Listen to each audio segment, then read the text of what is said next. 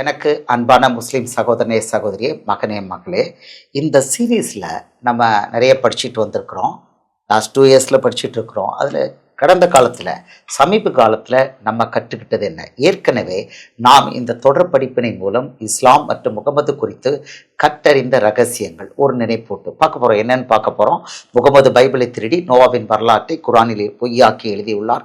28 சூறாக்களில் 187 வசனங்களை எழுதியிருக்கிறாரு. நோவாவின் பெயரில் குரானில் ஒரு தனி அதிகாரம் 71 நூகுன்னு எழுதப்பட்டுள்ளது. பிளேஜரிசத்தின் அதாவது திருட்டின் கட்டம்னு நம்ம பார்த்துருக்குறோம். இது சீரீஸ் இஞ்சில்ங்கிற இயேசுவின் ராஜ்யத்தின் உபதேசம். இதை முகமது குரானில் மறைச்சிருக்கிறாருங்கிறது தான் பேரண்ட் டீச்சிங். இயேசுதான் மனுஷகுமாரனுங்கிற உலக ரட்சகர், இதை முகமது மறைச்சிருக்கிறாரு. மனுஷகுமாரனுக்கு ஒரு நீளமான வம்ச வரலாறு இருக்குது. அதை அம்பட்டுமே மறைச்சிட்டு இயேசு இறைவனும் அல்ல, இறைவனுடைய குமாரனும் அல்ல, டமக்குன்னு ஒரு சூறா 19:35 ஒரு வசனம் சொல்லி உங்களை ஏமாத்திட்டாரு. பட் இயேசுவுக்கு மனுஷகுமாரன் ஒரு நீண்ட வரலாறு, வம்ச வரலாறு இருக்குது. தேவகுமாரன் ஒரு நீண்ட வம்ச வரலாறு இருக்குது. தேவகுமாரன் இயேசுவுக்கு இஞ்சில் என்ற ராஜ்யத்தின் சுவிசேஷத்தை முகமது புதிதாக உருவாக்கிய இறைவன் அல்லாஹ் என்ற உலகங்களின் அதிபதி என்ற சாத்தான் கொடுத்ததாக கிபி 610 அவர் எழுதியிருக்கார் குரான்ல. ஆனால் இயேசு தந்த இஞ்சில், அதாவது மத்தை, மார்க்கு, லூக்கா, யோவான்கிற சத்திய வசனத்திலிருந்து ஒரு வசனம் கூட முகமது குரானில் தரவில்லை. இந்த ஏமாற்று குறித்து ஒரு ஆய்வு, அதான் இந்த ஆய்வு. இயேசுவின் வசனங்கள் என்ன சொல்கிறது என்ற வெளிப்பாடு. முகமதிய உறவுகளுக்கு இயேசுவின் வசனம் பற்றிய ஒரு பாடம். குரானின் இறைவன் அல்லாஹ் என்பவர் சாத்தான் என்ற உலகத்தின் அதிபதி என்ற அகிலத்தார்களின் அதிபதி என்று கீழ்கண்ட 44 குரான் வசனங்களில் முகமது அடையாளம் காட்டியுள்ளார். இது குறித்து நாம் ஏற்கனவே இதற்கு முந்தைய சிறப்பு அறிக்கையில் விவரமாக கற்றறிந்துள்ளோம். அதாவது முஸ்லிம்கள் தாங்கள் அல்லாஹ் என்று பெயர் வைத்துக் கொண்ட சாத்தானை தொழுது கொள்கிறோம் என்று இன்று வரை அறியாதிருக்கிறது என நம்ம அறிஞ்சுக்கிட்டோம் இருக்கு. குரானின் இறைவன் அல்லாஹ் என்பவர் சாத்தான் என்ற உலகத்தின் அதிபதி என்ற அகிலத்தார்களின் அதிபதி. 44 வசனம். இது 44 வசனம் அங்கே லிஸ்ட் இருக்குது. இது ஏற்கனவே நம்ம படிச்சிருக்கோம். 2, முஸ்லிம் இஸ் ஈக்குவல் டு ஒரு காட்டு மிராண்டி. இதுதான் முகமது குரான் வழியாக தந்துள்ள புதிய பாடம். குரான் 28 வசன ஆதாரம் சூரா. இந்த வசனம் அவ்வளவு இருக்கு. இந்த 28 வசனம் சாம்பிள் வசனம். இந்த வசனத்தில் பூரா கொலை பண்ணுங்க, பழி வாங்குங்கன்னு வரிசையாக இருக்குது. அதாவது ஒரு முஸ்லீம்னா காட்டு மிராண்டியாக தான் இருக்கணும்னு சொல்லி முகமது குரானில் கொடுத்துருக்கிறாரு. நீங்கள் நல்லவங்களா இருக்கிறீங்கன்னா நீங்கள் குரானை பின்பற்றல, நல்ல ஆளுங்கன்னு அர்த்தம். குரானை ஒருத்தன் சின்சியராக பின்பற்றினானா அவன் காட்டு மிராண்டியாக தான் இருக்க முடியும். அதுதான் வேதம்.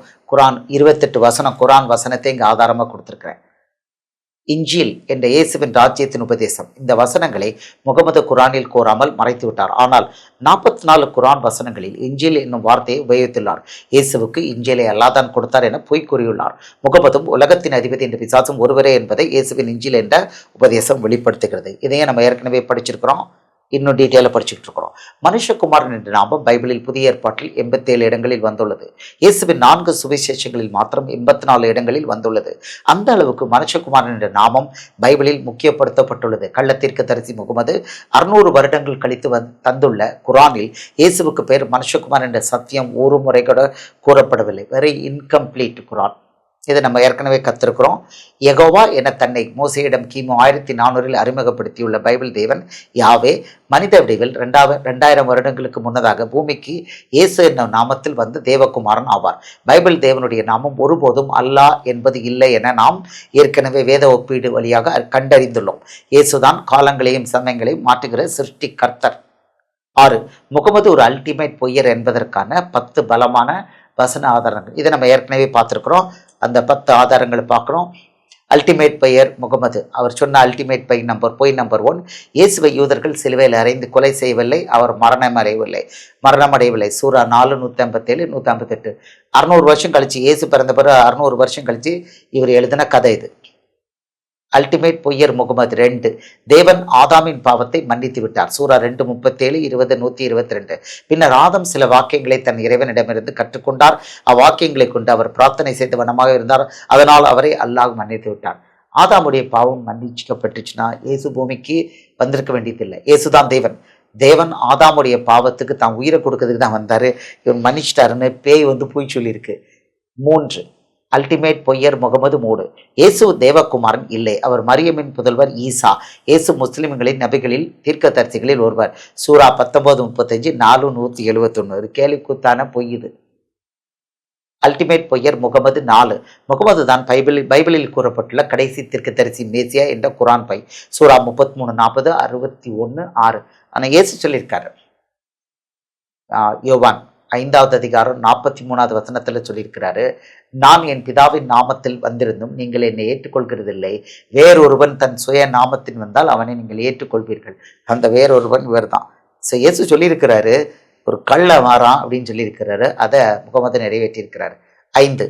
அல்டிமேட் பொய்யர் முகமது 5. ஜிகாது என்ற கொலை செய்யும் முஸ்லிம் அனைவருக்கும் சுவனபதி என்ற பரலோகம் கிடைக்கும் என்ற பொய். சூரா 49:15, 9:111, 2:193. கொலை செஞ்சா பரலோகம் கிடைக்குன்னு எழுதியிருக்காரு. அதை நீங்க நம்பிக்கிட்டு இருக்கீங்க இது வேதம்னு. ஆமா. அல்டிமேட் பொய்யர் முகமது 6.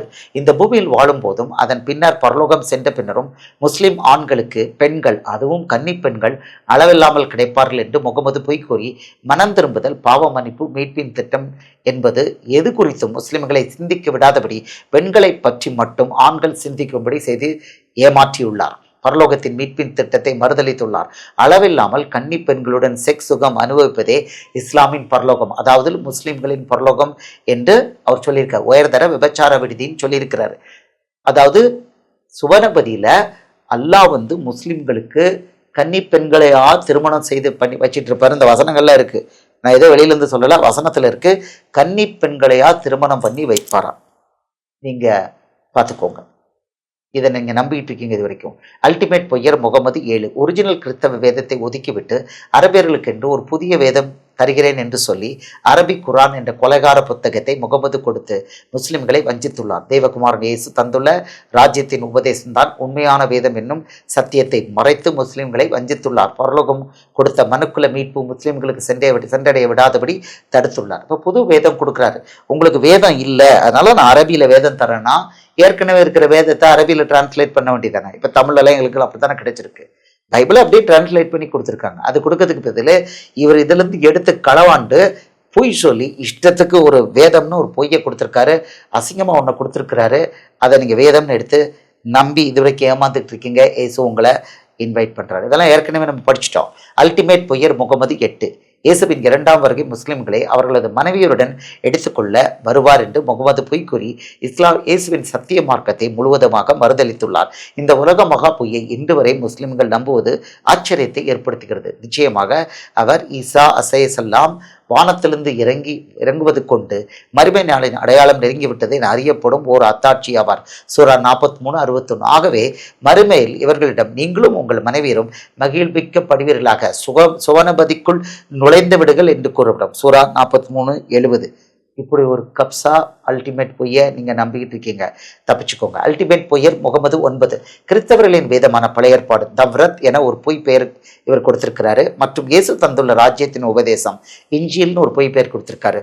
முஸ்லிம்களின் கற்பனையான இறைவன் அல்லாஹ் கொடுத்ததாக பொய் அப்படி அல்ல. நேரான வழியை சார்ந்த இப்ராஹிம் மார்க்கத்தையே பின்பற்றுவோம். சூரா 2:135 என்று கூறி முஸ்லிம்களை மீட்பு நடந்தது அறிய விடாமல் மரணம் என்ற நியாயப்பிரமாணத்துக்குள்ள வழி நடத்தியிருக்கிறார். அல்டிமேட் பொய்யர் முகமது 10. கிறிஸ்தவ வேதத்தில் உள்ள பெயர் மற்றும் வரலாற்றை திருடி அதை மாற்றி பொய் சொல்லி குரான் எழுதப்பட்டுள்ளது. மீட்பின் திட்டம் இதனால் மறுதளிக்கப்பட்டுள்ளது. ஸோ இப்போ இவ்வளோ அவர் பண்ணியிருக்கிறார். எனக்கு அன்புள்ள முஸ்லிம் சகோதரனே சகோதரியே, மகனே மகளே, நம்ம இது வரைக்கும் பார்த்துருக்குது, அதாவது இது ஏற்கனவே பார்த்ததோட ஒரு சின்ன பகுதி தான்.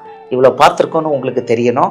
இதுக்கு அடுத்த கட்டமாக தான் நம்ம பார்க்குறோம். இன்னும் நம்ம ஏற்கனவே பார்த்தது என்னன்னா, முகமது ஒரு நபியே அல்ல, அவருக்கு நபிக்குரிய இலக்கணம் இல்லைன்னு நம்ம பார்த்துருக்கோம். டீட்டெயில்டாக அனலைஸ் பண்ணி கொடுத்துருக்குறோம். அப்புறம் அல்லாஹ் தேவனே கிடையாது, தேவனுக்குள்ள ஒரு இலக்கணம் கூட அல்லாஹ்கிட்ட இல்லை அப்படிங்கிறத ரிசர்ச் பண்ணி நம்ம கண்டுபிடிச்சிருக்கிறோம்.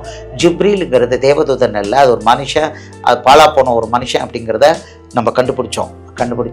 அவர் ஒரு பாலா போன ஒரு தப்பாக வழி நடத்தின ஒரு மனுஷன் அல்லது ஒரு பிசாசுங்கிறத டீட்டெயில்டாக வசனங்கள் வழியாக நம்ம கண்டுபிடிச்சிருக்கோம். இதெல்லாம் கண்டுபிடிச்சிட்டு அடுத்தது ஃபர்தர் டீட்டெயிலும் பார்த்துருக்கோம். இப்போ நோவாவின் வரலாற்றை நம்ம பார்த்து கம்பேர் பண்ணி அதை எப்படி முகமது திருடி குரானில் எழுதியிருக்கிறாருன்னு பார்த்து, குரான் ஒரு வேதமே இல்லை, முகமது போய் சொல்லி உங்களை ஏமாத்திருக்கிறாரு அப்படிங்கிறத நம்ம பார்க்குறோம். இதை நீங்கள் மீட்புக்கு, அதாவது பரலோகத்துக்கு வரணும், உண்மையான சத்தியத்தை அறியணும்னு உங்களுக்குள்ள ஒரு சின்ன ஒரு டிரைவ் இருந்ததுன்னா இயேசு உங்களை இழுத்துருவார். உங்களுக்கு அவர் தான் இதை கொடுக்குறார். கர்த்தர் இயேசுவின் நாமத்தில் உங்களை நான் ஆசீர்வதிக்கிறேன். ஆமென்.